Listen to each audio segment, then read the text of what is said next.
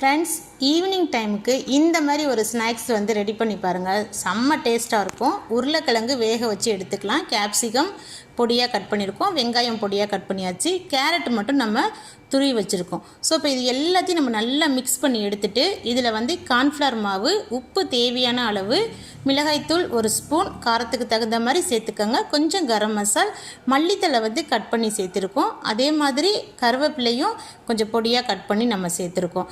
இது வந்து அந்த உருண்டைகளை வந்து போடுறதுக்காக ப்ரெட்டு வந்து நான் தூள் பண்ணி வச்சுருக்கேன். இது பார்த்திங்கன்னா கார்ன்ஃப்ளவர் மாவு, அதை தண்ணி சேர்த்து நல்லா ஒரு கொஞ்சம் திக்காக நம்ம ரெடி பண்ணி வச்சுக்கலாம். இப்போ கையில் வந்து நம்ம எண்ணெய் சேர்த்துட்டு உருண்டைகளை பிடிச்சோம்னா கையில் வந்து ஒட்டாமல் வரும். இந்த மாதிரி எல்லா உருண்டைகளையும் நம்ம ரெடி பண்ணதுக்கப்புறம் இந்த உருண்டைகளில் வந்து உள்ளே வந்து நான் அந்த சீஸ் தான் வச்சு ஒரு பால் உருட்டி நம்ம போட போகிறோம். இப்போ இந்த ரெடியான உருண்டைகளை வந்து அந்த கார்ன்ஃப்ளவர் தண்ணியில் போட்டுட்டு அந்த ப்ரெட்டு தூள்லையும் நம்ம நல்லா பிரட்டி எடுத்துக்கிறலாம். இப்போ ஆயில் வந்து நல்லா சூடு ஏறினதுக்கப்புறம் நம்ம இதை வந்து ஆயிலில் வந்து பொரித்து எடுத்துடலாம். கொஞ்சம் நேரம் நல்லா வேக விடுங்க.